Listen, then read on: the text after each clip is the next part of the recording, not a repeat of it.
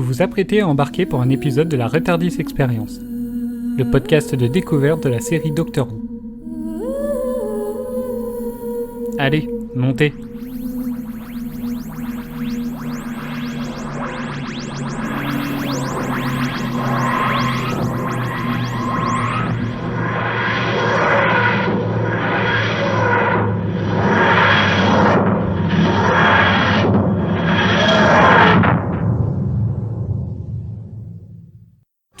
De nous, les experts en extraterrestres, les seuls qui savent comment les combattre et qui sont ensemble dans cette pièce. Est-ce que vous pourriez éviter de flatuler pendant que je sauve le monde ? Après l'épisode de la semaine dernière et les aliens sous la forme gazeuse, nous voilà de nouveau dans le thème du gaz avec ce double épisode de Doctor Who mettant en lumière des extraterrestres qui pètent. Excusez-moi, pardonnez-moi. Bonjour à tous et bienvenue dans ce nouvel épisode de Retardis Experience. Je suis Cédric et comme chaque semaine, je me suis entouré de quelques fans de Doctor Who pour la redécouvrir tout en accompagnant des petits nouveaux dans leur découverte de la série. Vont-ils devenir aussi fans que nous ? Après l'épisode de la semaine dernière, on peut effectivement commencer à en douter, mais on va se laisser une nouvelle chance avec le premier double épisode de la série. Aujourd'hui, je redécouvre ce double épisode accompagné de Pierre. Salut Cédric, salut tout le monde. De Maël. Salut Cédric, salut tout le monde. Et de Doraline. Bonjour à tous. Ensemble, nous accorderons une réelle importance aux ressentis et aux questions des membres de la Retardis Experience qui découvrent la série pour la première fois. Aujourd'hui, on donc découvert les épisodes Eden. Et bonjour tout le monde. Mireille. Salut tout le monde. Et un point encourageant pour la suite, Franck est toujours là. Salut Franck. Salut. Notre mission sera donc de répondre à leurs questions et de leur donner plus d'informations autour de l'épisode, tout ça sans spoiler sur ce qui arrivera dans les futurs épisodes. Adèle n'étant pas là aujourd'hui, nous a cependant fait passer une petite capsule que nous diffuserons tout au long de l'épisode afin d'avoir son ressenti et peut-être même des anecdotes. Donc aujourd'hui on va parler du double épisode qui sont les épisodes 4 et 5 de la saison 1. Donc le premier épisode s'appelle L'humanité en péril, titre original Aliens of London. Et le deuxième épisode, Troisième Guerre mondiale, titre original World War III. Donc les deux épisodes ont été diffusés pour le premier le 16 avril, le second ça devait être le 23. Showrunner toujours Russell T Davies, au scénario Russell T Davies pour les deux et à la réalisation Keith Boak. Au final, ces deux épisodes font un peu suite à l'épisode pilote directement, puisque au niveau du scénario et de la réalisation, ce sont les mêmes personnes. Alors, donc déjà, je vais faire un petit tour de table et vous allez tous pouvoir me donner le mot pour qualifier, on va dire, cet épisode. Donc, on va commencer par Eden. Eh bien, le mot du jour, ce sera cool. Ok. Franck. Patoche. Patoche ? Ouais. Ok. Mireille. Sympa. Doraline. Dinguerie.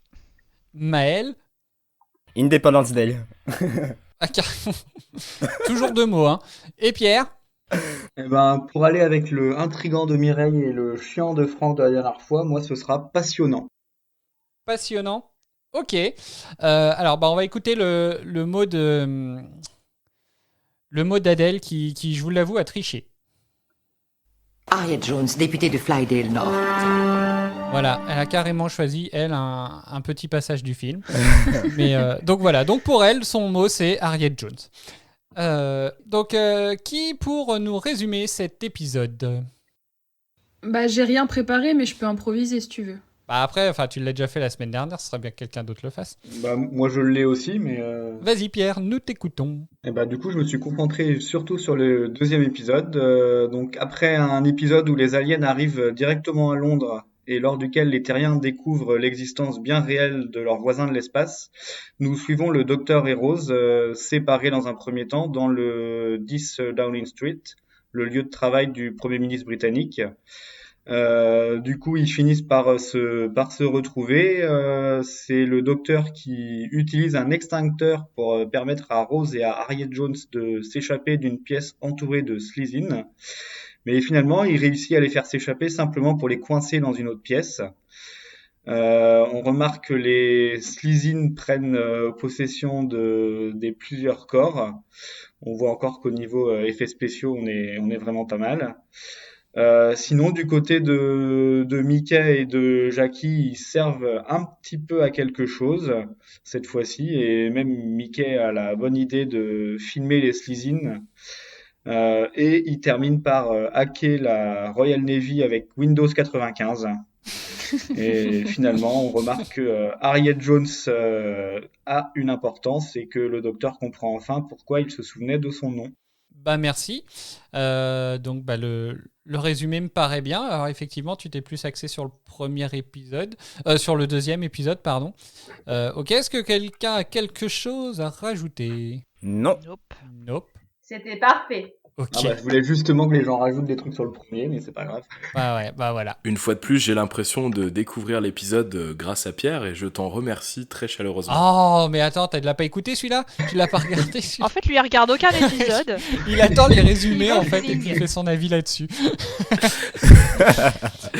Et ben alors pour la peine, on va commencer par toi. Alors Franck, est-ce que tu peux nous faire un ressenti donc sur l'épisode finalement? Un ressenti donc on va déjà dire général donc sur le double épisode. Ouais, alors, déjà, dans l'ambiance dans laquelle je me suis mis pour le regarder, contrairement à l'épisode précédent que j'ai pas du tout aimé, là, j'y suis allé avec beaucoup moins de prétention, donc je me suis mis devant la télé pour passer juste un bon moment, et ça a fait le taf, puisque sur l'humour très très potage, j'en conviens, j'ai éclaté de rire à de nombreuses reprises, donc c'était un bon divertissement, l'histoire était pas fofolle, mais le divertissement était là et c'était cool. Ok, bon, bah c'est déjà bien ça. Mireille. Moi j'ai bien aimé l'épisode, enfin le double épisode, j'ai trouvé ça sympa. Un peu comme à l'épisode précédent, au début je me demandais un peu où est-ce que ça allait amener. Et puis finalement je me suis laissée prendre un petit peu dans l'histoire et assez tôt. Donc j'ai bien aimé, j'ai trouvé ça sympa. D'accord. Bon, bah c'est bien, tout ça, pour l'instant, ça a l'air positif. Eden, bon, avec le mot que tu as choisi, logiquement, ça devrait être positif aussi. On t'écoute. Non, c'est vrai que comparé à la semaine dernière où j'avais moyennement apprécié l'épisode, c'est vrai que là, ce double épisode est plutôt sympathique. J'ai trouvé très drôle, donc j'ai bien rigolé. Et j'ai trouvé ça cool aussi que Mickey et la mère servent un peu à quelque chose aussi pour une fois. Comparé à ce qu'on avait pu voir dans le tout premier épisode Rose, où ils étaient un petit peu inutiles, on va dire. Oui, c'est vrai qu'à ce niveau-là, il y a eu du level up, comme on dit. Est-ce que vous voulez rajouter quelque chose, les autres, Doraline? Moi, je l'ai trouvé très sympa. De toute façon, je me rappelais relativement bien de celui-là, donc j'étais très pressée de les regarder tous les deux. Beaucoup plus rythmé que l'épisode de la semaine dernière et assez bien calibré niveau humour. Alors, j'irai pas jusqu'à dire suspense, mais on est tenu en haleine relativement du début à la fin. Donc, rien à dire, c'était très bien. Bon, bah dites donc. Pierre, de revoir cet épisode? Moi, je vais te dire, je me suis entraîné à dire Raxacorico Fallapatorius. Ah, mais ça faudra que Applaudissements, messieurs, faudra que dames. tout le monde le dise d'ici la fin de l'épisode, de toute façon. Donc effectivement, faudra être entraîné. Bravo Pierre, respect. Franchement, c'est un J'ai peu déjà chiant. oublié le mot. Ouais, c'est quoi le mot? Raxacorico Fallapatorius. Oh my god. On est deux à l'avoir dit déjà. Ouais, et donc de revoir l'épisode. Franchement, je me suis mis dans mon canapé en étant bien à l'aise. J'ai bien profité de cette heure et demie pour Attends, j'arrête parce que il y a une sirène derrière que je vais reprendre. Ok. Oui, donc non, c'était vraiment un bon moment de se positionner devant ce double épisode. J'ai vraiment bien aimé. Même par rapport à mes souvenirs, il y a toujours des petits trucs qui me surprennent. C'est pour ça que là, dans mon résumé, j'ai parlé de l'extincteur, par exemple, parce que je trouve que c'est assez sympa de s'échapper grâce à ça. Mais voilà, j'ai pas plus de choses à rajouter sur ce qu'ont dit les autres. D'accord. Donc il ne reste plus que Maël. Alors, j'étais très content. Pas quand Non, ça j'étais commence très par content de un revoir. Non, mais c'est pour créer une sorte d'ambiance. Donc vas-y. Tu vois, un peu de suspense dans mon avis, mais non. Moi, j'étais plutôt content de revoir ce double épisode.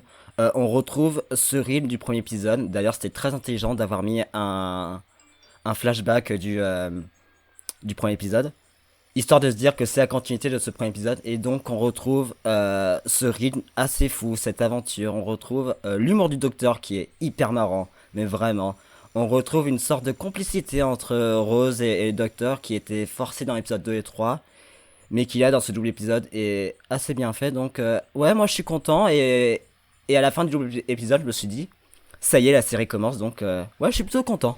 Ok, bah alors c'est bien parce que pour l'instant c'est à peu près positif. Alors il me semble que la semaine dernière c'était limite Adèle, c'était un peu la seule à essayer presque de sauver un petit peu l'épisode, enfin ce qu'il y avait à sauver.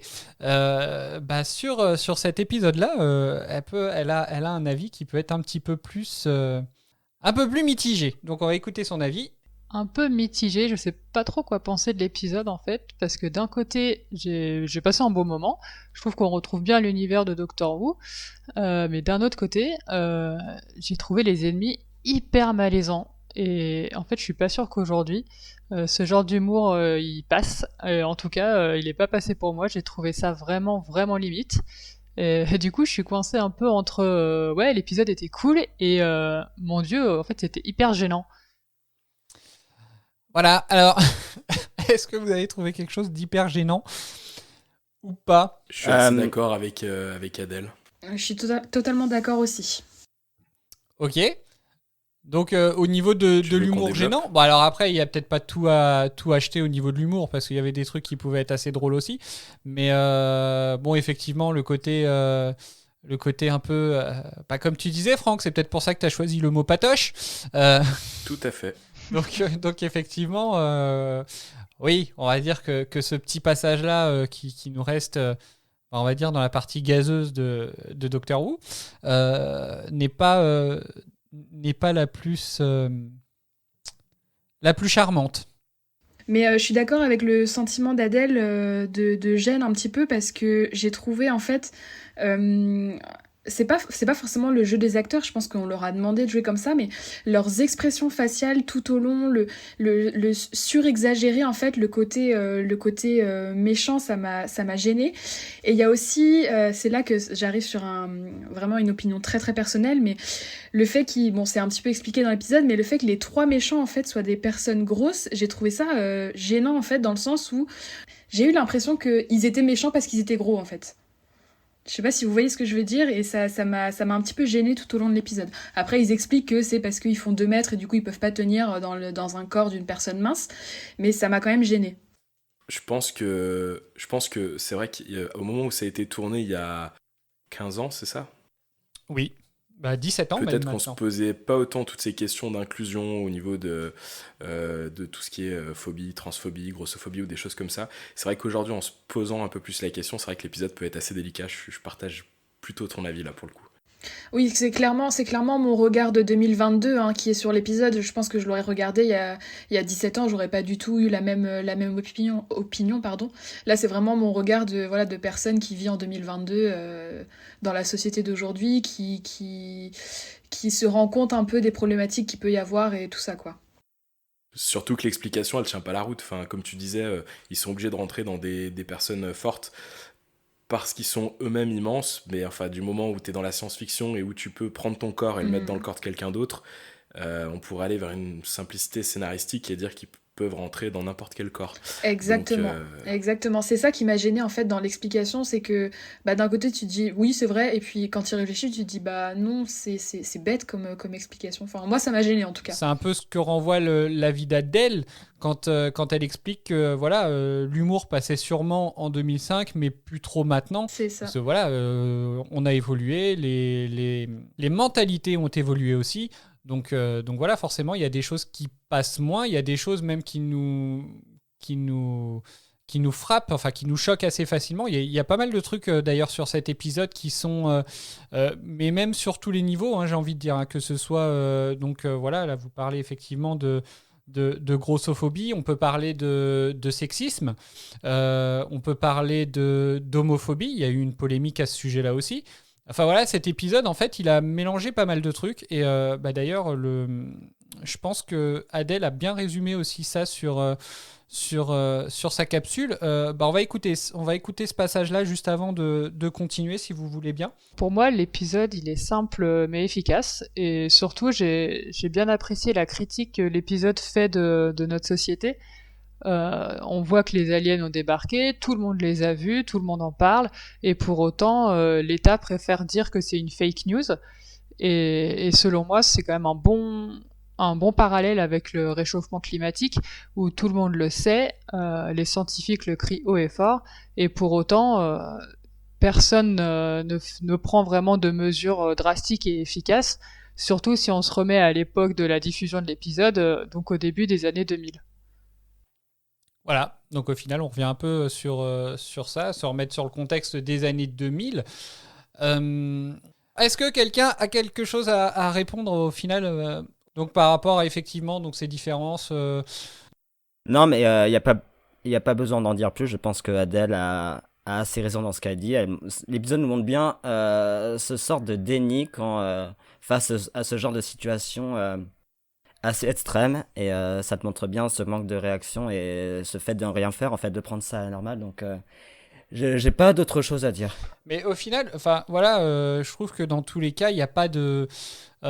On revient un petit peu justement à ce que tu disais tout à l'heure, Mireille. On parlait. Donc moi, la phrase qui m'a choqué, c'est quand il y a Harriet Jones, la fameuse, qui interrompt donc le premier ministre par intérim, et le mec lui coupe la parole d'un coup en lui disant mais bon sang, où allons-nous si les femmes se mettent à penser? Voilà, typiquement le genre de phrase qui ne passe plus en 2022, qui était acceptée peut-être en 2005, mais qui aujourd'hui, c'est très personnel, hein, mais moi, ce genre de phrase, j'en peux plus, quoi. Mais après, est-ce que justement ce genre est-ce que ça dénonce pas en fait?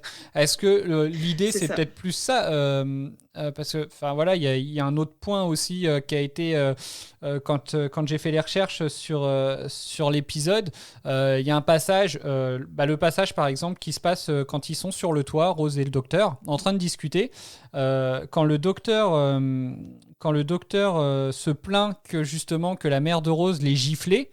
Donc pour ceux qui l'ont vu en VO, vous le savez, en VO, Rose lui dit "You are so gay", en fait. Donc en fait, ça a été au niveau de la VF, ça a été corrigé, on va dire, de façon à ce que ce ne soit pas ça qui soit dit. Elle lui dit "Vous êtes si drôle", mais en gros, un mec qui vient se plaindre qu'une gifle lui a fait mal, qu'on lui réponde à "You are so gay", c'est limite pareil. Ça peut feindre, enfin ça frise, on va dire, l'homophobie. Ouais. Ah clairement. Mais ça, dans les recherches que j'ai fait, en gros, Russell T Davies, lui qui défend un peu ça, en gros, lui expliquait que pour lui, c'était très bien justement que cette petite phrase fasse débat, parce que justement, c'est peut-être aussi quelque chose qui pouvait faire avancer les mentalités. En fait, t'as une manière de le dénoncer, et la manière dont on le fait la série dans ces deux épisodes, dans ces deux épisodes, c'est assez maladroit, et je trouve pas que il y a une envie de dénoncer. Pourtant, c'est aussi ce qu'on a compris de l'épisode 2. La fin du monde, l'épisode où justement ce qui était dénoncé, en gros, c'était comme le disait Franck pendant cet épisode-là, c'était le fait que justement il fallait que les femmes soient de plus en plus minces, etc. Voilà, donc est-ce qu'on reste pas finalement sur cette lancée-là? Peut-être, mais je pense qu'il faut recontextualiser une nouvelle fois. Il y a 15 ans et aujourd'hui, il y a 15 ans, peut-être que pour faire avancer un petit peu les luttes contre les inégalités diverses, peut-être qu'on avait tendance à faire un peu plus de réflexions piquantes ou des choses qui sont un peu plus touchy, comme c'est le cas aujourd'hui, et qui peuvent amener le débat. peut-être qu'aujourd'hui c'est un peu moins vrai et que pour faire rentrer la différence dans la tête des gens, aujourd'hui il y a un peu plus de démonstration, c'est-à-dire que tu vas pas forcément faire une phrase piquante, mais à l'écran tu vas mettre différentes tendances, différents personnages, différentes ethnies, etc. Et du coup, on est peut-être moins dans la dénonciation et plus dans la démonstration aujourd'hui. Et ce delta explique peut-être un peu la gêne qu'on a aujourd'hui avec nos yeux ou nos yeux, je sais pas comment on dit, de 2022, sur quelque chose qui a été tourné il y a 15 ans, avec des codes d'il y a 15 ans. Je suis d'accord avec ce que tu dis, Franck. Il y a Friends qui se prend ce même genre de critique parce que la nouvelle génération, en fait, va être plus sensible et plus choquée, si je puis dire, par les vannes, notamment les vannes grossophobes que Chandler peut faire. Mais effectivement, il ne faut pas oublier que ça a été tourné dans les années 90, qu'il n'y avait pas cette sensibilité-là à l'époque, et ça peut expliquer que nous, avec nos regards d'aujourd'hui, ça puisse nous surprendre, quoi. Oui, c'est pour ça que cette discussion est très intéressante parce que on a l'avis des Viviane où on a regardé cette série dans les années 2000 et il y a le vôtre où vous le voyez avec votre point de vue de 2022 et moi je suis un peu dans les deux cas. Mais après, il faut pas oublier de toujours remettre en contexte C'est ça. l'époque dans laquelle ça se passe, et c'est assez important. Mais la discussion est intéressante et je trouve ça bien qu'on en parle. Ok, bon, alors, donc on va passer à la suite. Donc, on va repartir aussi sur l'avis d'Adèle. C'est un peu elle qui fait l'émission, en fait, pour le coup, aujourd'hui. Donc, je vous laisse écouter déjà. Donc, c'est toujours un avis sur le scénario. Donc là, on va plus être axé au niveau de l'humour. Moi, j'adore toujours l'humour, l'humour plus fin que celui qu'ils ont utilisé pour les Silly Scene. Par exemple, j'ai beaucoup aimé le passage où on voit les jeunes en soirée qui appellent le docteur Keanu Reeves, ou encore quand Rose affirme que Feu, les frères Bogdanov, sont les plus calés en sciences extraterrestres et que c'est pas le docteur. C'est le genre de choses que j'ai beaucoup apprécié. Paix à leurs âmes. Voilà, donc au niveau de l'humour, à part l'humour patoche. Ah oui, bah là pour le coup, l'humour il est assez perturbant, je pense, pour moi. Même tu parlais du gaz au début, qu'il le fasse une fois encore, je pourrais comprendre, mais ça revient quasiment toutes les 10 minutes pendant l'épisode, et je trouve que c'est au bout d'un moment on a compris quoi, ça suffit. Mais je crois qu'en plus, même eux, ils se rendent compte à un moment que c'est peut-être beaucoup trop quand ils sont partis sur... Il y a un moment, il y en a une qui dit qu'il faudrait qu'on arrête ces trucs-là, et puis, oh bah non, c'est tellement humain. Après, par contre, dans l'optique du gag à répétition, moi, c'est Harriet Jones, à chaque fois qu'il se présente, et ça a fini par me faire mourir de rire parce que ça revient continuellement. Les gens se demandent ce qu'elle fout là, elle se démonte pas. Harriet Jones, je sais plus ce qu'elle est exactement. Députée de Flydale Nord. Voilà. Et elle m'a fait triper. J'ai beaucoup aimé son personnage de toute façon. Donc, Je suis assez d'accord avec Doraline. En fait, moi, plus ça allait et moins le gag des flatulences me faisait rire. Par contre, la répétition effectivement de Harriet Jones, plus ça allait, plus ça me faisait rire en fait. Parce que, comme elle dit, elle se démonte pas, elle se présente à chaque fois. Enfin voilà, j'ai bien aimé ce running gag. Ok. Eden? Oh bah non, rien d'autre à ajouter. Le running gag de Harriet Jones était sympa. Après, pour le running gag des extraterrestres, j'ai oublié leur nom, désolé. Les Slightins. C'était les Slightins. C'était un peu chiant à force parce que ça revenait quand même beaucoup trop souvent. Mais au début c'est drôle, à la fin t'es là, c'est bon, on a compris. Ok. ils se sont calmés dans le deuxième épisode, il me semble, non? Bah, ils étaient... Un petit peu, oui. disons qu'ils étaient plus déguisés, donc à partir de là, Ah oui, en fait, c'est vrai. c'était le déguisement qui faisait que. Mais ils ont quand même réussi à sortir que c'est grâce à ce petit détail-là que finalement ils arrivent à trouver leur point faible. Voilà, sur 5000 planètes, il a fallu juste se souvenir que de l'odeur qu'ils avaient pour se souvenir, pour trouver de quelle planète ils venaient. Donc voilà, comme quoi chaque détail compte apparemment. Et oui. Franck, au niveau de l'humour. Toi qui as trouvé ça Eh bien, patoche. je vais me démarquer un peu des autres puisque l'humour potache, moi, m'a fait mourir de rire et à bien des raisons.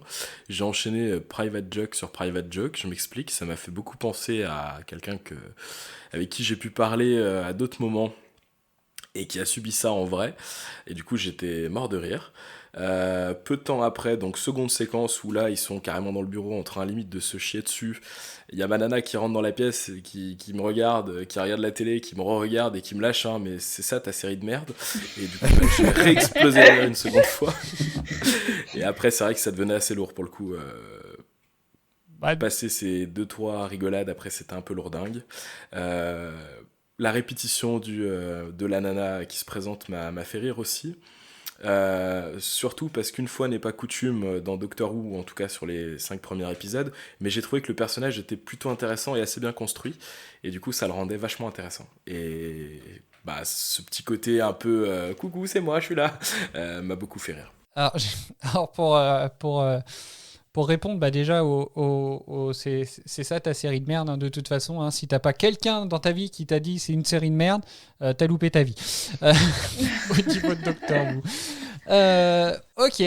Alors oui, le personnage d'Harriet Jones qui est joué par Penelope Wilton, qui a même été écrit exclusivement pour elle, en fait. Russell T Davies a écrit ce personnage en pensant à elle. Donc c'est vrai qu'elle est assez moi je l'aime bien, je la trouve assez marrante, que ce soit dès le début au final, à vouloir absolument son petit rendez-vous, à essayer, mais en même temps il y a des passages qui sont assez étonnants. Je pense au passage de l'assistant, alors je sais plus si c'est l'assistant parlementaire ou si c'est le secrétaire rattaché à la défense, à qui elle amène un café, et au moment où il est mort, il y a le docteur qui lui demande si elle connaît son nom. Elle dit oh bah non, je lui ai amené un café, je lui ai jamais demandé son nom, et par contre juste après elle va quand même faire la choquer en disant mais il y a plein de gens qui sont morts, c'est pas le moment de rigoler. Donc il y a le côté un peu hautain de dire ouais non mais moi le nom des gens ça m'intéresse pas, et de l'autre côté ah bah ouais mais il y a quand même eu beaucoup de morts, c'est pas drôle quoi. Donc j'ai interprété cette scène un petit peu différemment, excuse-moi je te coupe la parole. Vas-y. J'ai vu différemment moi cette scène, j'avais interprété dans le sens où elle disait bah oui c'est vrai je lui ai offert un café, je lui ai même pas demandé son prénom. C'est dans le sens, bah oui, c'est triste, pourquoi est-ce que j'ai pas pensé à lui demander comment il s'appelait, quoi. Donc je sais pas, après c'est peut-être moi qui ai mal interprété, mais ou alors sur le moment, j'ai c'est vu comme peut-être ça, en une tout cas. différence de... Vas-y Pierre. Moi, je l'avais interprété comme Mireille, justement, plutôt qu'elle elle se rendait compte qu'elle avait pas pris le temps de demander d'avoir le nom de la personne. Et ben alors, je pense qu'on se retrouve face à un souci de la VF, parce qu'au final, moi, c'est dans la VF où justement, je trouve qu'elle utilise un ton hautain, alors qu'en VO, peut-être qu'effectivement, il y a un petit peu plus de sensibilité dans le jeu. Ah. C'est pas bête comme interprétation, c'est peut-être ça. Ouais, je me souviens pas de ce passage en VO, je peux pas t'aiguiller. C'est vrai que ça pourrait expliquer. Ouais, dans sa VO, il y a plus la sensation que la déception de ne pas. Elle décide de ne pas avoir pris le temps de lui demander son prénom. Moi, c'est comme ça que je l'ai interprété en VO. D'accord, ouais, en VF, clairement, comme quoi, ça c'est un peu le reproche que je ferais sur cet épisode, c'est la VF ne rend pas du tout, ne fait pas du tout honneur aux épisodes, je trouve. C'est clairement une horreur, hein, la VF. Ça lui donne un petit côté Frenchy supplémentaire, c'est sympa. On a quand même réussi à déceler, avec Doraline, on a quand même réussi à déceler 2 passages où quand même la VF est même très douteuse. Je vais vous passer ces passages-là, parce que très franchement, ça vaut le coup. Alors, vous allez me dire si vous entendez bien ce qui se dit. Tommy Chinkson qui se trouve sur la berge. Voilà. Avez-vous bien entendu? Oui. Oui. Voilà. Ah, donc c'est pas nous. Et le pire, c'est que 2 minutes après... Devinez qui m'a fait du grec? Billy Cross. On y a le droit une 2e fois, en fait.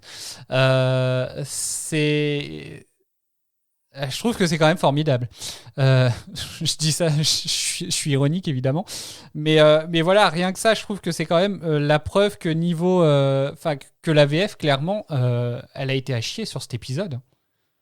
Ah bah, on a la traduction de c'est quoi une mauvaise VF? C'est quand c'est mal adapté, c'est mal traduit, tu perds tout le sens. Donc, mesdames et messieurs, voici ce que c'est une mauvaise VF. Mesdames et messieurs, et vous les enfants, voici une mauvaise VF. J'ai pas pu m'empêcher, je suis désolé. Excuse-moi, Mel. Non mais enfin voilà. Donc je pense qu'effectivement, on n'a pas forcément le même ressenti sur le personnage. Donc là pour le coup d'Harriet Jones, vu que on n'a pas tous regardé finalement la même version entre VO et VF. Après, voilà, moi, c'est vraiment l'avis. Ça m'a même sauté aux yeux ce matin d'entendre justement un petit air un peu condescendant qui justement d'un personnage qui pourtant 5 minutes avant voulait aider les petits hôpitaux pour qu'ils aient un truc d'excellence, etc. Et c'est vrai que ça m'a assez choqué en même temps. Donc voilà, mais enfin voilà, c'est une preuve qu'effectivement là la VF elle était pas géniale. Alors après j'ai eu pas mal de décalage aussi entre le mouvement des lèvres et la VF. Donc je me demandais si ça venait pas plutôt de chez moi, mais voilà, c'était assez désagréable. Ok, puisqu'on est sur Harriet Jones, on va parler un petit peu donc des personnages. On va écouter l'avis d'Adèle sur Harriet Jones, vu que c'était son mot. Elle va nous expliquer un petit peu ce qu'elle a pensé du personnage. Et on va voir si on a quelque chose, vu qu'on en a déjà pas mal parlé, voir s'il y a déjà quelque chose à rajouter sur elle ou pas. Je vais commencer par le meilleur personnage de cet épisode selon moi, et ce qui m'a valu d'ailleurs le mot, entre guillemets, que j'ai choisi, c'est Harriet Jones. Cette nana, elle débarque de nulle part. Elle est limite pénible au début quand même, très insistante. Et pour autant, c'est elle qui découvre tout, qui va aider le docteur et Rose, et elle est super drôle. Moi, je trouve qu'elle forme un super duo avec le docteur, car ils se répondent mais du tac au tac. Et pour moi, limite, d'ailleurs, c'est un meilleur duo qu'avec Rose. Des avis ? Totalement d'accord avec elle. Carrément. Je suis totalement d'accord avec Adèle. C'est-à-dire que la nana, elle arrive, elle est fatigante à être Harriet Jones, députée de je sais plus quoi. Puis tu avances dans les 2 épisodes et puis tu te rends compte que c'est quelqu'un qui en impose, c'est quelqu'un qui répond au docteur, c'est quelqu'un qui dit carrément au docteur quoi faire. Et il y a une super complicité entre les deux et je suis d'accord avec Adèle, j'aurais préféré une saison entre Harriet Jones et le docteur, ça aurait été génial. D'autres avis ? Pierre ? Non, tout a été dit. C'était vraiment intéressant de l'amener dans l'épisode, dans le double épisode du jour parce qu'elle apporte. Elle est pas là juste pour faire valoir et vraiment c'était pertinent. Oui, c'est vrai que là, bon, si on revient par rapport à l'épisode de la semaine dernière où c'était Dickens qui servait pas à grand chose, là effectivement, elle est quand même, elle est presque centrale tout en restant un peu secondaire. Que ce soit sa façon de... Enfin, au final, elle est maligne parce que justement, le fait d'être un peu invisible dans Downing Street, c'est elle qui découvre que c'est des aliens. Elle recherche, entre guillemets, ni vu ni connu le docteur au moment où tout le monde est là. Enfin, voilà. Il y a un truc d'ailleurs qui m'a fait rire à ce moment-là. C'est quand même qu'au moment où l'assistant ou le secrétaire rattaché à la défense est prêt à faire raccompagner par la sécurité Rose, elle dit « Laissez, je vais m'en occuper », sauf qu'ils vont exactement dans l'endroit, enfin, ils vont dans la direction où ils n'avaient pas le droit d'aller, en fait. Par contre, on les laisse faire. J'ai trouvé ça juste... Oui, ça, j'ai pas compris. J'ai pas trop compris pourquoi. Mais je sais pas, en fait, est-ce que c'est un moyen de chercher une excuse ou quoi, mais est-ce que c'est pas accentuer le côté qu'elle avait un peu transparente ou justement y a que le moment où en gros justement le fait qu'elle se présente à chaque fois, c'est peut-être justement le fait de renvoyer que cette femme-là en fait se sent transparente quoi, et facilement oubliable, donc au final elle se présente à chaque fois pour dire je suis là, je m'appelle je suis Harriet Jones, députée de Flydale Nord et voilà quoi. Donc Et en même temps, elle joue de cette invisibilité. Elle arrive quand même à aller se glisser dans le bureau du ministre. Elle arrive à se planquer dans un placard. Enfin voilà, donc c'est vrai que c'est un personnage qui est quand même vachement bien construit. Ouais, je suis moins d'accord avec toi là pour le coup. Ah bah décidément. Non mais c'est vrai qu'aujourd'hui on n'est pas trop d'accord. Je dis que de la merde quoi en fait. Non, pas du tout. C'est juste que on a peut-être deux points de vue différents et c'est ce qui est intéressant je pense. Mais est-ce qu'on n'est pas juste en présence de quelque chose au final très réel, c'est-à-dire que dans la vie de tous les jours, il y a plein de fois où il y a des situations qui t'échappent et où soit les personnes en face de toi sont sidérées et réagissent pas, ou voire elles réagissent pas du tout parce que au final elles s'en foutent de toi. Alors je te rejoins un peu sur le fait, peut-être que ça amplifie le fait qu'elle est transparente, mais combien de fois on te dit non mais faut pas aller là et que tu dis ouais pas de souci j'y vais pas et que t'es en train d'y aller et qu'au final personne te retient ou enfin moi je trouve qu'au contraire c'est une scène qui titille un peu le téléspectateur en lui parce que comme toi je me suis dit attends c'est quoi ce délire, elle a pas le droit d'y aller, elle y va, et en même temps tu te dis ouais au final c'est très réaliste, c'est pourquoi pas. Un peu de soutien les autres s'il vous plaît, je sais pas. Non mais c'est tout aussi intéressant ce que tu dis, mais j'ai pas grand chose à dire de plus. Non mais sur le personnage en lui-même, enfin après vous n'êtes pas forcément obligé de... Est-ce qu'il y a quelque chose qui vous a marqué sur Harriet Jones qui pour vous dit que quand même c'est... Bah si, moi. Oui, vas-y. Je l'ai trouvé assez, enfin très intéressante finalement, parce que c'est typiquement le personnage c'est le genre de personnage duquel tu vois l'évolution en fait tout au long du double épisode, où effectivement au début elle arrive un petit peu insistante, mais quand même pas sûre d'elle ni rien, et finalement elle finit par être totalement indispensable en fait à la résolution de la crise en cours. Donc en ça, moi j'ai trouvé ça très très intéressant. Oui, puisque c'est elle donc qui indique qu'il y a bien le protocole d'urgence qui est à tel endroit. C'est grâce à elle qu'on arrive à savoir que les aliens sont de quelle planète, Eden? M'en demande pas trop. Ah bah voilà. Oh là là. Je rappelle que j'ai une mémoire de poisson rouge. Bah, il l'a redit tout à l'heure, Pierre. Bon alors Doraline, vas-y, toi, je suis sûr que tu t'es entraîné. Raxacoricofallapatorius. Ouais, bon, ça aurait été bien encore plus rapide, mais tant pis. Je travaillerai la rapidité. Bah, tu feras mon souhait.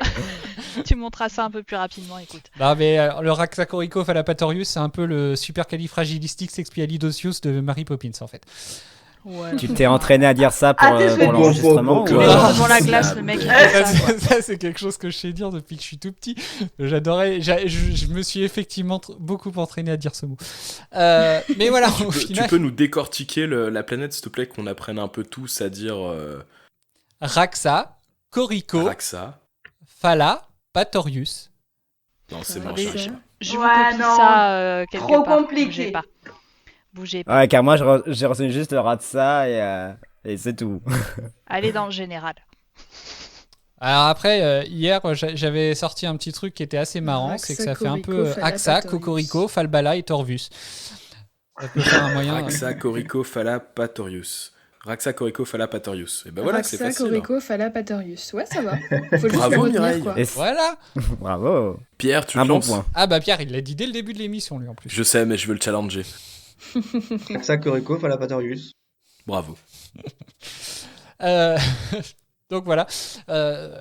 Donc au final, tout ça pour dire. Non, que... mais je me perds, Cédric. Non, mais pour finir par rapport à Ryan Jones, je trouve que c'est un personnage qui en impose et ça fait de cette saison 1, ça fait partie des rares personnages dont je me suis souvenu. Et je pense et on verra ça au fur et à mesure des saisons, mais je pense qu'on va tous retenir ce personnage parce que elle a eu un impact sur cette elle a eu un impact sur ce double épisode et elle est franchement géniale. Et potentiellement, on va la revoir plus tard, non? Parce que vu comme vous avez l'air d'être attachés à elle, les expérimenter, je me pose des questions sur son devenir dans la suite de la série. Eh ben ça, on verra bien. Et bah voilà. Bah ouais, non mais là, j'avoue que pour le coup, Maël, il a pas été très finot. Mais tant pis.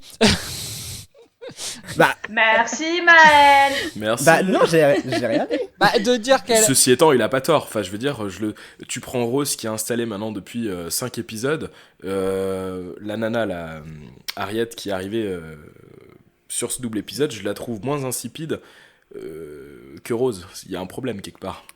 Ouais, J'ai c'est juste vrai. dit que par rapport à d'autres guests, je vais m'en souvenir, juste par rapport à ce double épisode. C'est juste vous qui avez mal interprété. Si tu le dis. Non, t'as pas dit que ça, non. Oui, oui. Si. Non, tu as juste dit qu'elle marquerait les prochaines saisons. Donc ça veut te Oui, dire. clairement, tu Non, nous as fait non. un maxi spoil, exagère pas, Bah, reconnais-le. c'est Mais pas non, grave. ah non, Si, non, bah c'était si, pas le bah but. si. Ah non, c'était pas le but. Bah, c'est ce que t'as fait. Pour venir au secours de Maël, j'ai pas interprété ça comme un gros spoil parce qu'il a dit que le personnage allait potentiellement marquer les saisons futures, mais cette intervention-là peut suffire en elle-même à influencer en fait les saisons futures parce que elle quand même elle sauve la mise pour Rose et le docteur. On sait qu'elle va devenir Premier ministre, qu'elle aura 3 mandats, etc. Est-ce que nécessairement il faudra qu'elle réapparaisse dans la série pour impacter le futur? Je suis pas sûre. Enfin en tout cas moi j'ai pas pris ça comme un gros spoil. Moi aussi. De quoi, Eden? Non, mais c'est clair que vu ce qu'on sait d'elle, c'est vraiment probable qu'elle revienne. Bon, en tout cas, est-ce que c'est un personnage qui donne envie qu'on la revoie? Après, Exactement. je pense que vu la réaction de Cédric, est-ce que le plus gros spoil c'est Maël ou c'est Cédric? Je sais pas. Ouais, bah voilà. On va dire les deux. Je pense que si Cédric avait rien dit. Ouais, t'as Ouais, raison. ce serait passé on comme serait une pas en lettre train à d'en la parler. poste. Du coup, les mecs, vous mettrez tous les deux 5 euros Sauf- chacun dans la cagnotte de Mireille. Sauf que moi, ma réponse vient Je suis par d'accord, rapport à je la prends. question de Franck qui a posé la question suite à l'intervention de Maël. Donc, bref. Donc, ça répond pas à la question. Est-ce qu'au final, c'est un personnage que de toute façon, vous aimeriez revoir? Oui, clairement. Ah oui, Ouais, pourquoi Ah oui. pas. à 1000% même. Enfin, je veux dire, elle est énorme cette nana. C'est vrai. Ok. Donc là on va revenir sur Rose hein, qui est donc la compagne insipide du docteur pour le coup. Donc on va refaire un point, on va refaire un tour du côté d'Adèle pour savoir ce qu'elle a pu penser, on va dire, de l'évolution du personnage de Rose sur cet épisode et on en reparle après.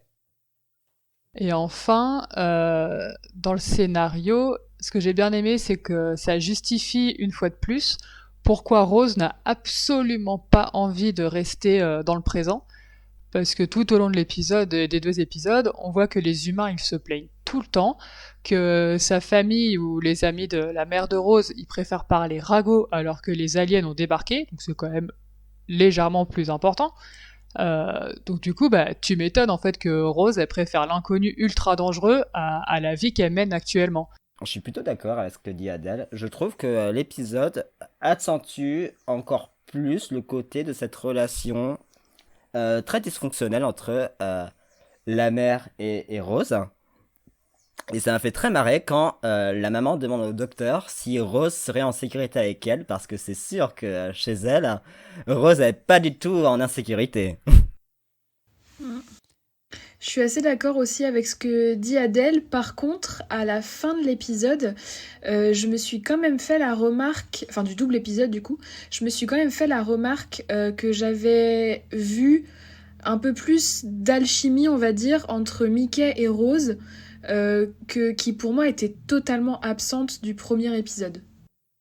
Je trouve que c'est... Je comprends ce que tu dis, mais je trouve que en fait leur alchimie entre les deux, c'est très écrit qu'il faut qu'ils soient ensemble et du coup Oui. c'est assez forcé. C'est pas naturel. Oh, moi, je Comme la trouve Rose- pas du tout, l'alchimie. Hein. Bah en fait c'est comme Rose et le docteur. C'est la même chose. Après, alchimie, c'est peut-être pas le meilleur mot, mais je sais pas, j'ai trouvé que c'était un peu plus naturel en fait entre eux que. Enfin, parce que dans le premier épisode, clairement, je me demandais, mais qu'est-ce qu'ils font ensemble? Enfin, j'avais l'impression qu'ils s'en foutaient l'un de l'autre, pardon, et qu'ils étaient ensemble parce qu'ils devaient être ensemble vraiment, enfin, dans l'histoire, quoi. Et là, j'ai eu l'impression quand même de mieux voir des potentiels sentiments en fait qui pouvaient les unir. Alors, je sais pas, est-ce que c'est. J'ai l'impression qu'on n'a pas vu le même épisode par moment en fait. Parce que, C'est vrai, ouais. Mais non, mais pour revenir à ce que a dit Adèle, et du coup je vais embrayer sur ce que dit Mireille, la réaction de la mère de Rose vis-à-vis de ces 12 mois d'absence, je l'ai trouvée mal amenée et exagérée. En fait, son inquiétude est... Putain, je vais pas réussir à le formuler. On passe d'un extrême à l'autre. Elle s'en fichait de sa fille dans le pilote et là elle est surprotectrice. Alors ok, sa fille a disparu pendant 12 mois, elle apprend ce qu'elle fait avec le docteur et surtout qui est le docteur, mais je la trouve pas malgré tout crédible dans son rôle de maman. Et c'est plutôt comme si, comme Mickey à la fin en fait finalement, elle avait besoin que Rose reste parce que sans elle ils se font rien en fait plutôt. Pas parce qu'ils l'aiment mais parce que sans elle, leur vie elle est nulle quoi. C'est pas faux. Je suis assez d'accord. C'est pas Rose qui est en sécurité chez elle, c'est sa maman et Mickey qui sont en sécurité quand il y a Rose. Ouais, je suis assez d'accord aussi. Et par ailleurs, une remarque aussi qui m'a énervée tout au long du double épisode. J'ai pas l'habitude de remarquer ou de juger les jeux d'acteurs. Par contre, là, le jeu d'acteur le jeu d'actrice de l'actrice qui joue la mère de Rose m'a énervée tout au long du double épisode. J'ai trouvé qu'elle jouait très très mal, alors que j'ai vraiment pas du tout un regard aiguisé là-dessus.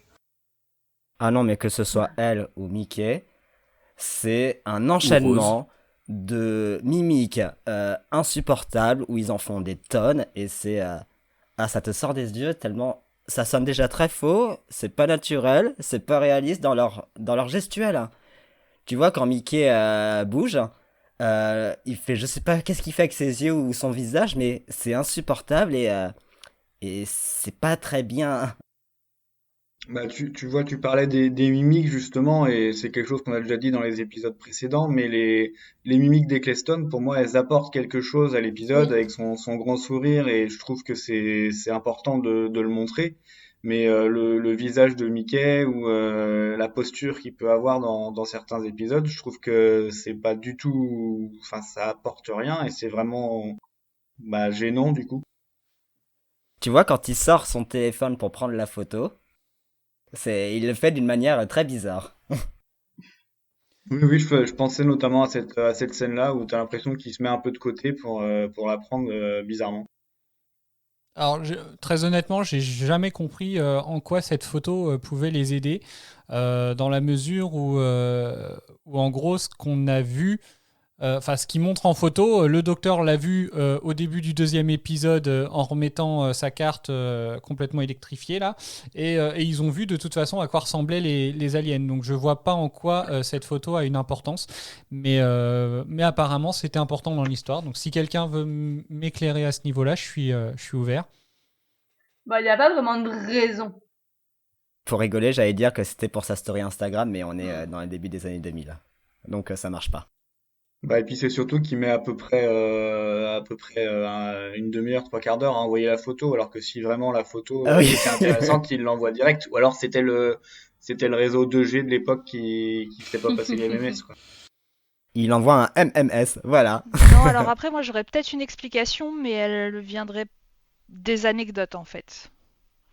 C'est Mickey qui a repris le site internet tenu par Clive dans l'épisode pilote suite à sa mort. Tout à fait.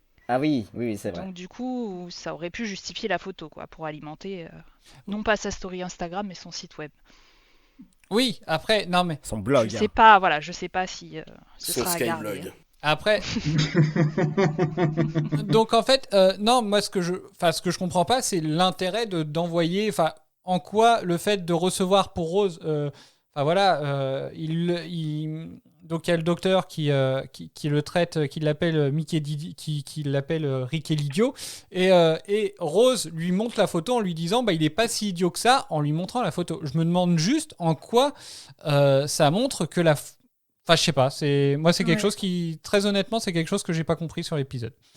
Je suis d'accord avec toi, Cédric, je comprends pas l'intérêt dans l'histoire. Par contre, ça m'a fait un petit peu rire dans le sens où je me suis dit, sans le savoir, ils étaient complètement précurseurs de ce qu'on voit aujourd'hui, c'est-à-dire qu'à la moindre chose qui se passe, tout le monde sort son téléphone et filme ou prend en photo.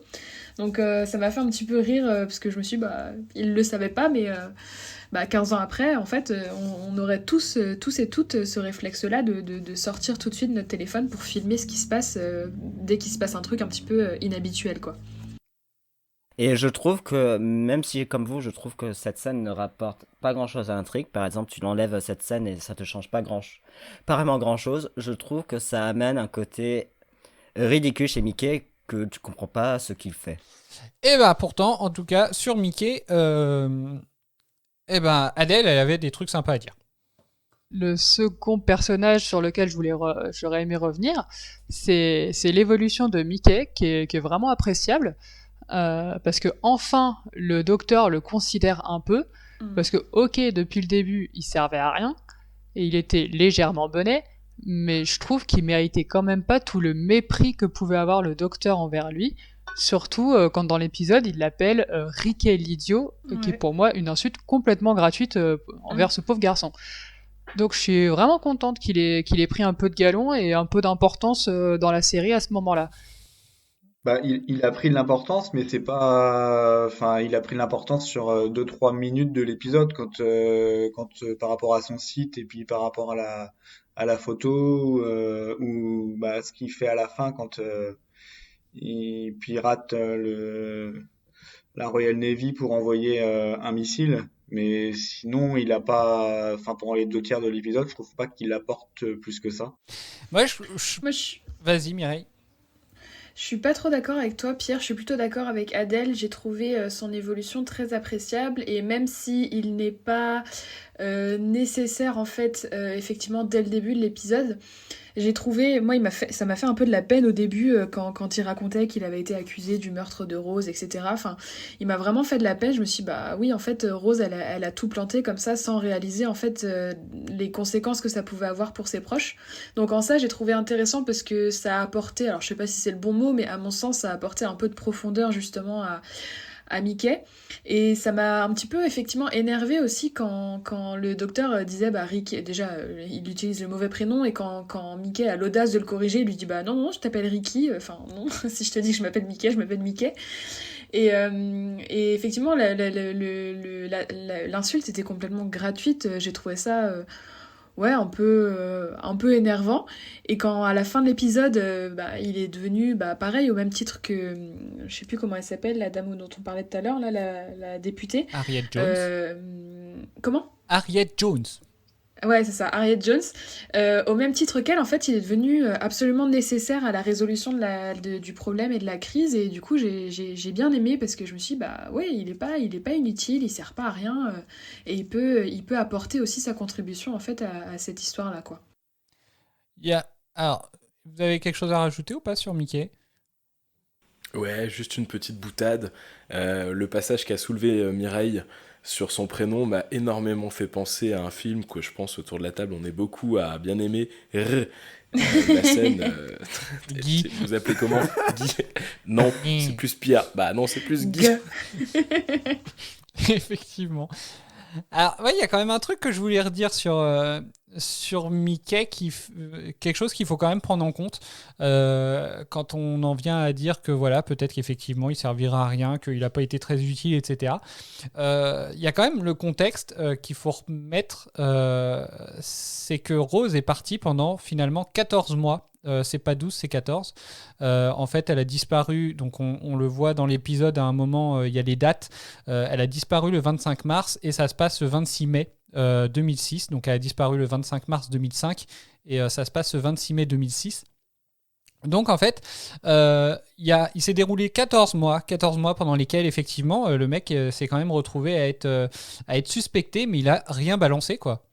Mais où est-ce que tu as vu, Cédric, que c'était en mai 2006 ? Alors, je l'ai lu en faisant mes recherches dans l'épisode, mais c'est quelque chose qui se voit sur le site de Unit, en fait, pendant l'épisode.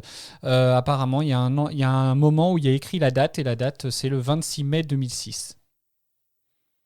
D'accord, bah parce que je suis sur le Wikia Tardis en anglais et c'est mis que l'action se déroule à Londres en mars 2006 pour l'épisode 5. Bon, bah alors peut-être que c'est mal écrit sur... Bref, bon, dans tous les cas, même un an, dans tous les cas, même 12 mois, le mec, il a 4 fois, il s'est fait interroger, il a juste tenu sa langue, quoi. Donc, En même temps, tu voulais qu'ils disent quoi ?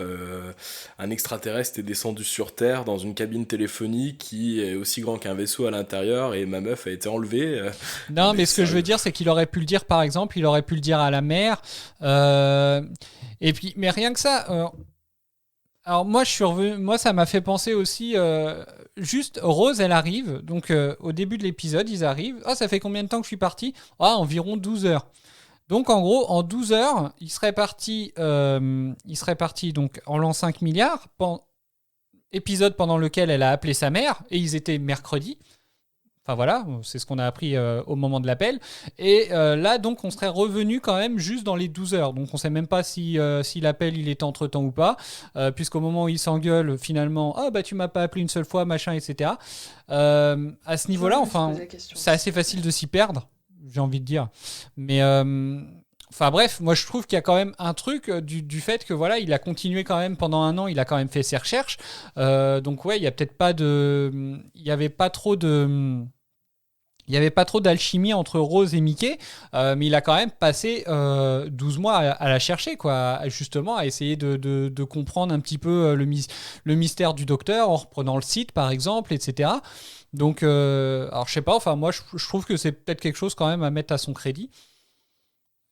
Enfin, je dis peut-être des conneries. Hein. Non, mais de toute façon, il a des compétences. Je reprends je sais plus qui c'est qui en parlait là, de quand il fait le hacking. Je me suis surpris parce que il est tellement présenté comme un idiot. Excusez-moi du mot. Un loser. Ou comme un loser, ou comme un tocard, j'allais dire, mais c'est peut-être pas très user-friendly. Durant tout le premier épisode, que quand tu le vois faire des trucs un peu high-tech ou un peu plus intellectuels, je me suis dit, il est peut-être pas si con en fait. Mais voilà, tu vois, ça m'a juste fait cette petite pulsion et derrière, je l'ai retrouvé fade. Ouais, il doit avoir besoin d'être stimulé en fait, peut-être. Il doit avoir En fait, il a besoin de pression. En fait, il a de temps en temps des éclats de génie, mais je trouve que dans l'ensemble du double épisode, il est un peu fade, le mec. Hein. Ouais, il a une fulgurance et puis plus rien. Alors, en parlant de génie, j'aimerais bien savoir qui est le génie qui a mis Buffalo comme mot de passe pour des trucs hyper confidentiels et hyper sensibles. Enfin, ça m'a choqué, les mots de passe. La simplicité, en tout cas, du mot de passe. Tout le temps le même en plus, quoi. Ouais. Remettez Buffalo jusqu'à ce que ça marche. Ouais, à ce moment-là, la sécurité, c'était pas le top. Ok. Ça va, il aurait pu mettre 007 en mot de passe. Hein. MI6 007. Alors, je vais diffuser quand même le passage qu'avait dit Adèle sur la mère de Rose. Après, je sais pas si on va pouvoir rebondir dessus, mais on verra bien. N'hésitez pas. Par contre, question évolution, la mère, toujours rien, à part promettre des monts et merveilles pour que sa fille reste à ses côtés. On se doute bien que on n'est pas sûr qu'elle le fasse malgré tout, donc voilà, c'est la mère toujours zéro pointé. Voilà, c'est un peu ce que tout le monde disait tout à l'heure déjà. Ouais, De quoi ? Elle a un peu synthétisé ce qu'on disait, donc pas la peine d'en dire plus parce que c'est un personnage qui n'a pas grand-chose à raconter. T'as dit quoi, Franck ? J'ai dit que c'était un peu la famille Tuche, quoi. C'est vrai. Ok. Alors donc au niveau des personnages, donc au niveau des méchants, je sais pas si on a grand chose à rajouter. Hein, je pense qu'on en a assez parlé aussi. Au niveau donc des Sly Teens, est-ce que vous voyez quelque chose à rajouter sur eux? Sur leur fonctionnement, sur leur motivation, sur leur forme, leur existence, j'ai envie de dire. Je trouve qu'au niveau de leur forme, on est sur cette image de l'alien qui est très bizarre et c'est très écœurant parfois quand ils explosent. T'as envie de vomir. Ils ont, tu vois, ils ressemblent à des dinosaures et ils ont des yeux de pet shop, donc c'est très perturbant parfois. Est-ce que vous les voyez de quelle couleur, vous ? Vert. Cacadois, un truc comme ça. Ok. Non, mais parce qu'en fait, ça m'a choqué d'entendre Rose dire qu'ils étaient verts, alors que pour moi, j'ai trouvé limite couleur chair, en fait. Enfin, je sais pas. Ouais, un peu pareil. Un peu chair marron. Ah non, moi je les voyais verts. Vert foncé, pas pétant, mais vert quand même. C'est comme ça va être comme la robe là qui tournait sur les réseaux sociaux où personne n'était capable de trouver le... C'est exactement ce que j'avais en tête. Ouais. Avec 4 ans de retard, on va lancer le débat. Mais ouais, enfin je sais pas, ouais, moi je les trouve pas verts, mais ok. C'était une question que je me posais. Pour revenir à ce que tu disais tout à l'heure, moi j'ai trouvé leur visage particulièrement malaisant parce que J'ai l'impression de voir un truc un peu enfantin, mais pas totalement en fait. Je sais pas si ça vous a fait le même effet ou si c'est juste moi, mais Ah bah ils sont aussi moches que des Ewoks, donc... non, Ouais, mais c'est comme s'il y mignon, avait les Ewoks. ils étaient partis d'une base de visage de bébé, mais finalement à la fin ça donne plus du tout ça, mais je sais pas comment l'expliquer. Enfin bref, j'ai détesté. Alors moi, par contre, j'ai bien aimé leur façon de parler. Je sais pas pourquoi. Ouais, alors ils ont un truc au niveau de la gorge, donc je suppose que c'est ça qui fait entre guillemets la traduction. Mais j'ai bien aimé la façon au moment où ils échangent avec le docteur juste avant qu'ils se mettent dans la panic room, là, enfin qu'ils s'enferment dans le bureau. J'ai bien aimé l'effet en fait qui est utilisé au moment où ils discutent en fait. Je trouvais ça marrant. Je suis en train de regarder sur internet, du coup, c'est marrant parce qu'il y a des photos, les méchants ils apparaissent un peu couleur chair et d'autres c'est vraiment vert.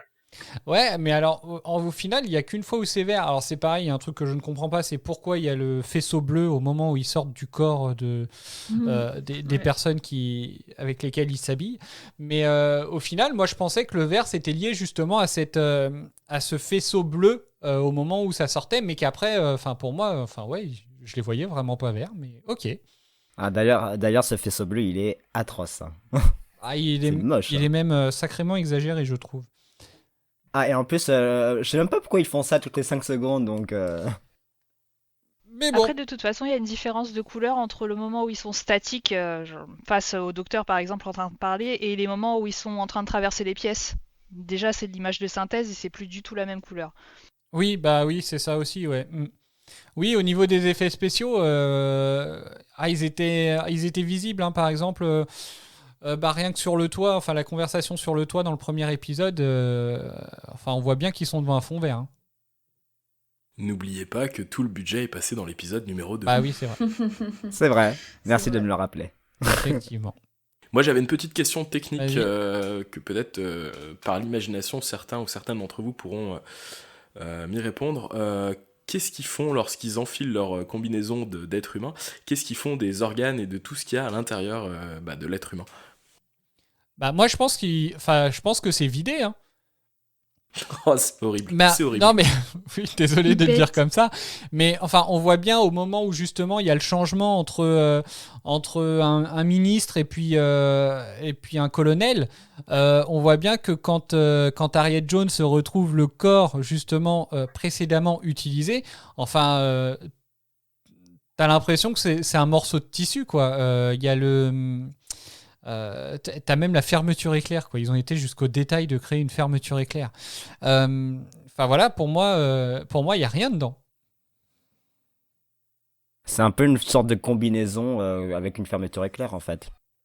Oui, mais je pense que la question de Franck c'était où est mis tout ce qu'il y avait dedans précédemment. Tout à fait. Bah je sais pas, ils doivent mettre qu'ils ça dans le une mangent, poubelle est-ce de déchets organiques ou. J'allais dire comme Doraline, ouais, ils ont mangé ça avant. Ah. Donc, du coup, quand ils enfilent la peau de quelqu'un, la personne est morte. Ah bah oui. Oui. Non, mais réellement, oui, je me demandais si, en fait, si c'était un genre de possession et qu'en dépossédant le corps, si le mec pouvait revenir à lui ou pas. Non, c'est pas une duplicité, c'est pas non, ils utilisent vraiment le corps, mais je pense complètement vide, hein, puisque de toute façon, après, on sait que les gens sont morts. Alors, ce qui est marrant, c'est qu'au final, personne prend le corps du Premier ministre. On le voit mort, mais il l'utilise pas. Alors que ce serait quand même presque la logique. Mais non, ils sont bel et bien morts, en tout cas, les pauvres. Pour le Premier ministre, apparemment, ils l'ont pas utilisé parce que, si j'ai bien compris, il était trop mince. Ah oui, c'est vrai, exact. C'est ça.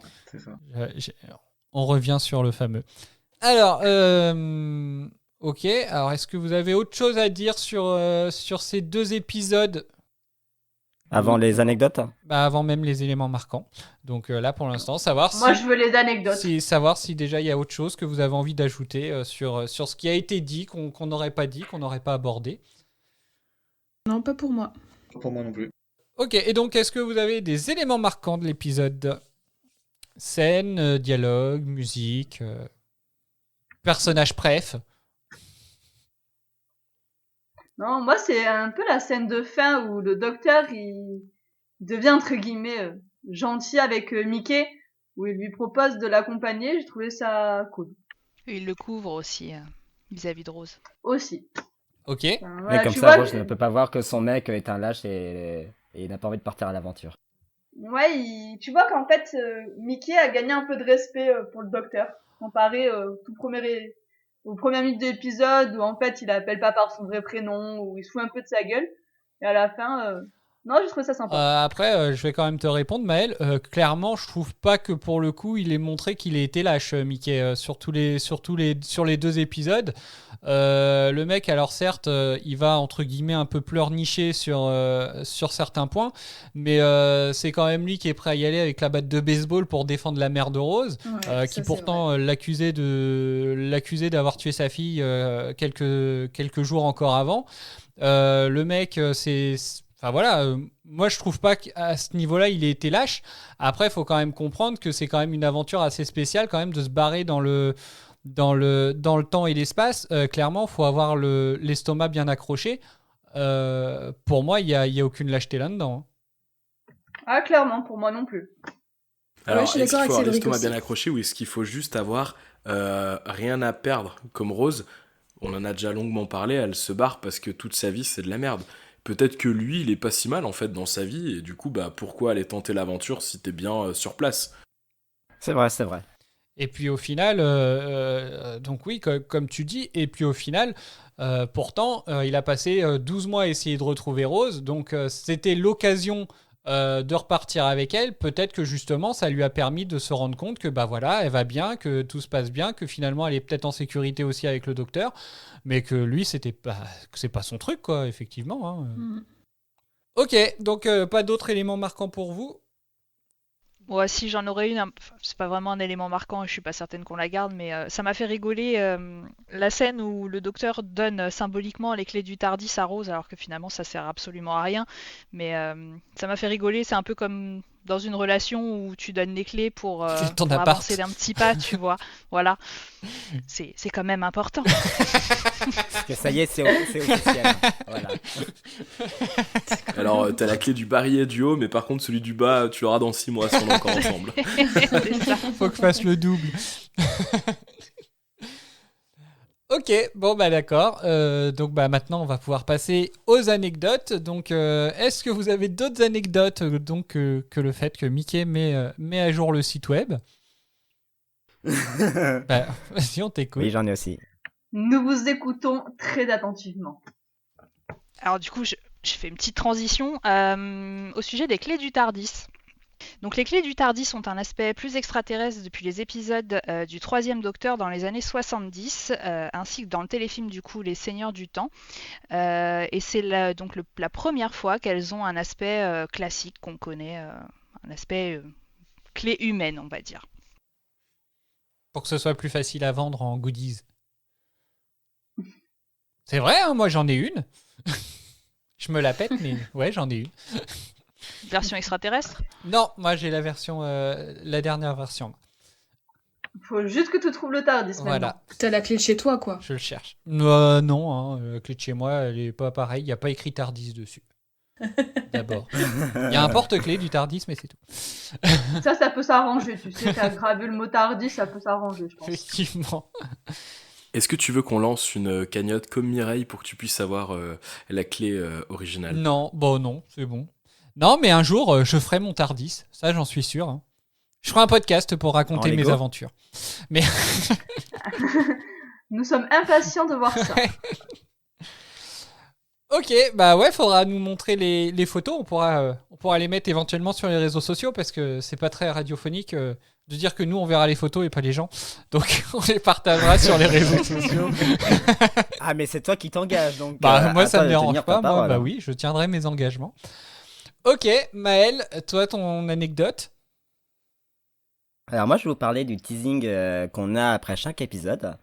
Et entre l'épisode 4 et 5, t'as le teasing pour annoncer l'épisode 5. Et du coup ça a pas mis... Russell T. Davies était pas très content parce que ce teasing spoil absolument tout. Donc depuis ce moment, ils mettent le teasing quand il y a un double épisode beaucoup plus tard. Et le même jour, ils annoncent le nouveau docteur, donc. La boucle est bouclée. Et seconde anecdote, c'est que lors de sa première diffusion, donc de l'épisode 5 au Canada, et bah la chaîne CBC a diffusé l'épisode sans le truc dans l'épisode précédent. Ce qui est ballot parce qu'il y a un travail de montage pour intégrer le truc au dernier épisode et le lancement de l'épisode. Alors attends, j'essaye de tout reconnecter. Ok, je crois avoir compris. Ouais, Est-ce moi que aussi. vous avez compris? Moi, j'ai pas bien compris. Moi non plus, Dis- mais c'est pas Disons grave. que t'as été un peu vite en fait, je pense. Ah pardon. Vous voulez que je reprenne? Donc, en gros, si j'ai bien compris, donc effectivement, il y a Russell T. Davies qui était pas content parce que le teaser, donc la bande-annonce de l'épisode suivant, était juste à la fin de l'épisode. Donc, en gros, ça spoilait l'intégralité. Enfin, ça flinguait complètement le cliffhanger de fin de l'épisode. Donc, ça, j'ai compris. Je n'ai pas compris, par contre, le rapport de l'annonce de David Tennant le même jour. Bah en fait, c'est que la BBC a annoncé le même jour, donc je me suis dit au moins ils ont tout spoilé. Ouais, enfin oui, bah ils ont spoilé, non, oui et non, puisque de toute façon ils avaient annoncé au moment d'annoncer la saison 2 que de toute façon ce serait pas, que de toute façon. C'est vrai, mais ils auraient pu attendre le dernier épisode histoire qu'on ait la surprise. Ouais, après je sais plus où on en était à cette époque-là. Est-ce que ça aurait pas pu fuiter ou peut-être, je sais pas.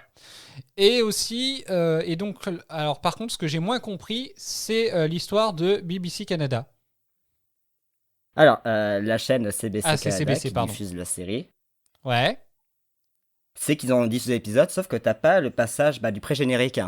Donc, ce qui s'est passé au dernier épisode.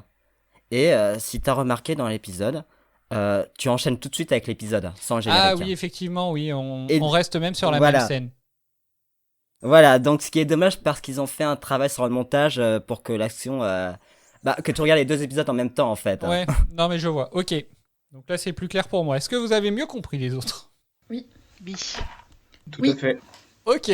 Un peu mieux, oui. D'accord. Alors, donc après, Pierre, est-ce que toi tu as une anecdote aussi?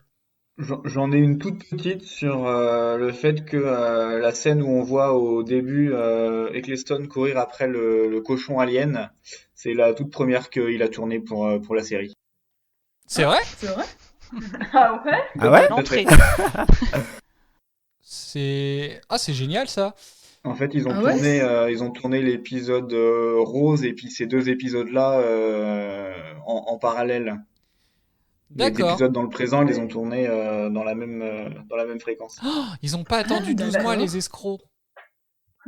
Belle entrée en matière, en tout cas pour Eccleston.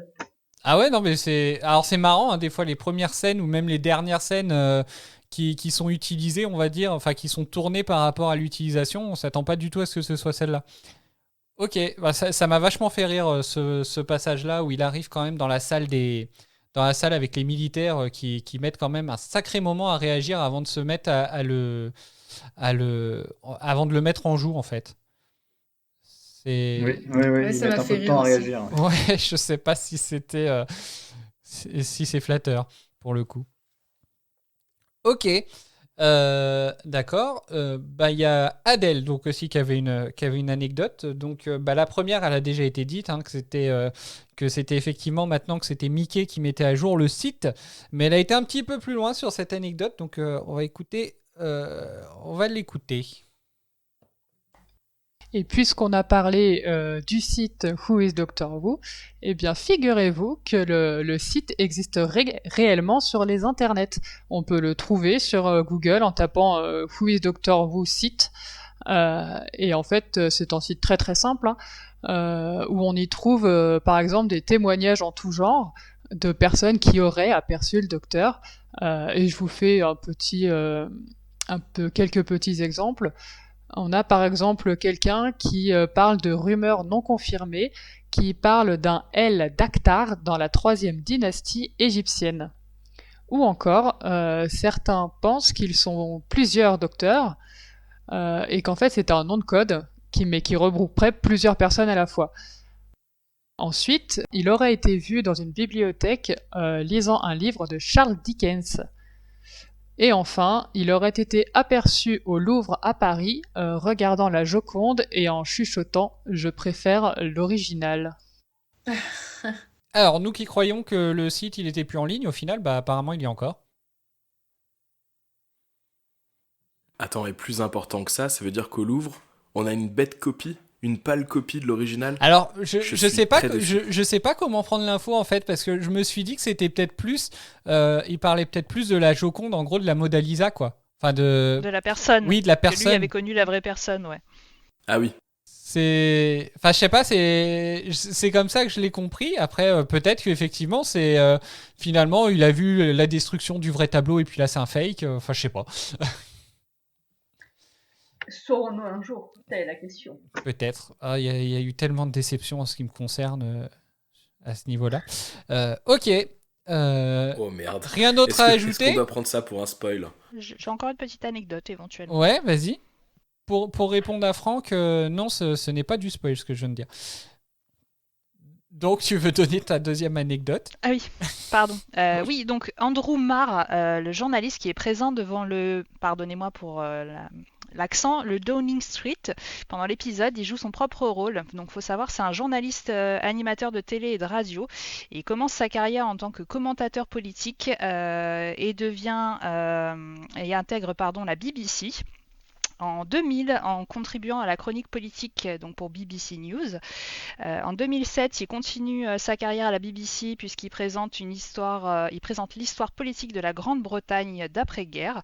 Il enchaîne en 2010 avec une émission sur explorant donc la vie, le développement, les défis de certaines des plus grandes villes du monde. Fin 2012, il a sa propre émission, le Andrew Marr's Story of the World. Donc c'est une série examinant l'histoire de la civilisation humaine.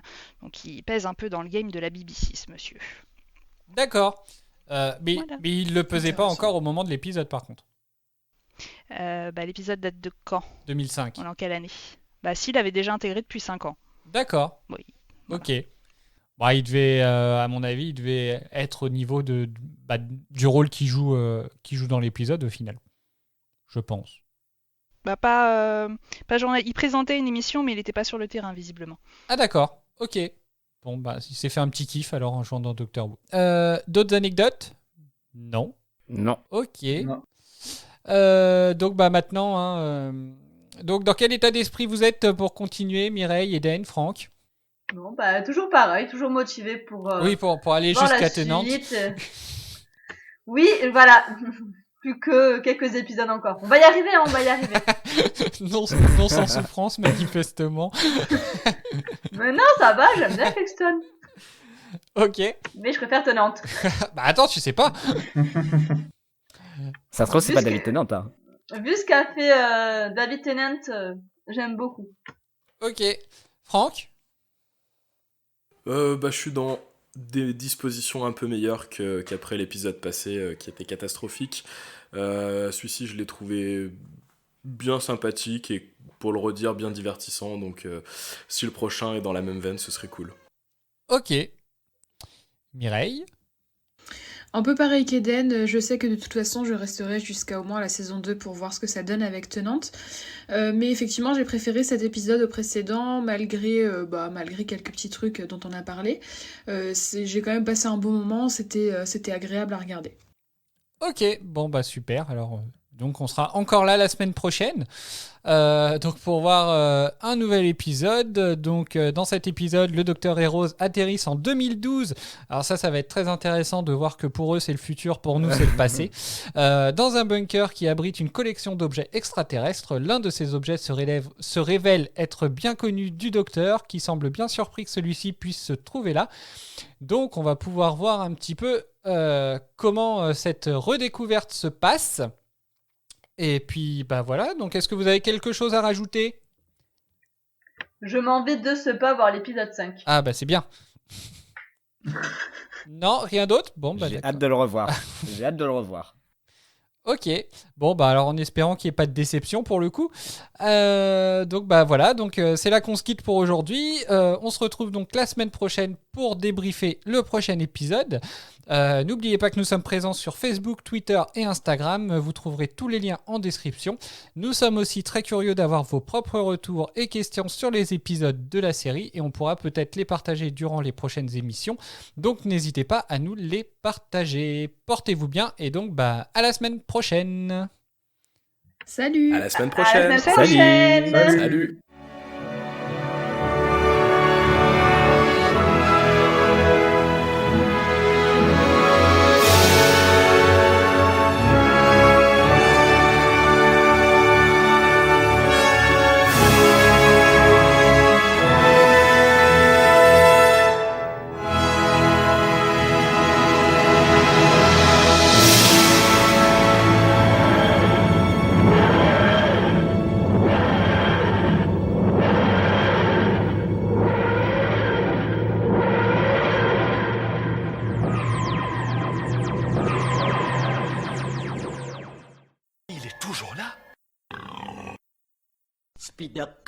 Spider cochon, il peut marcher au plafond. Est-ce qu'il peut faire une toile?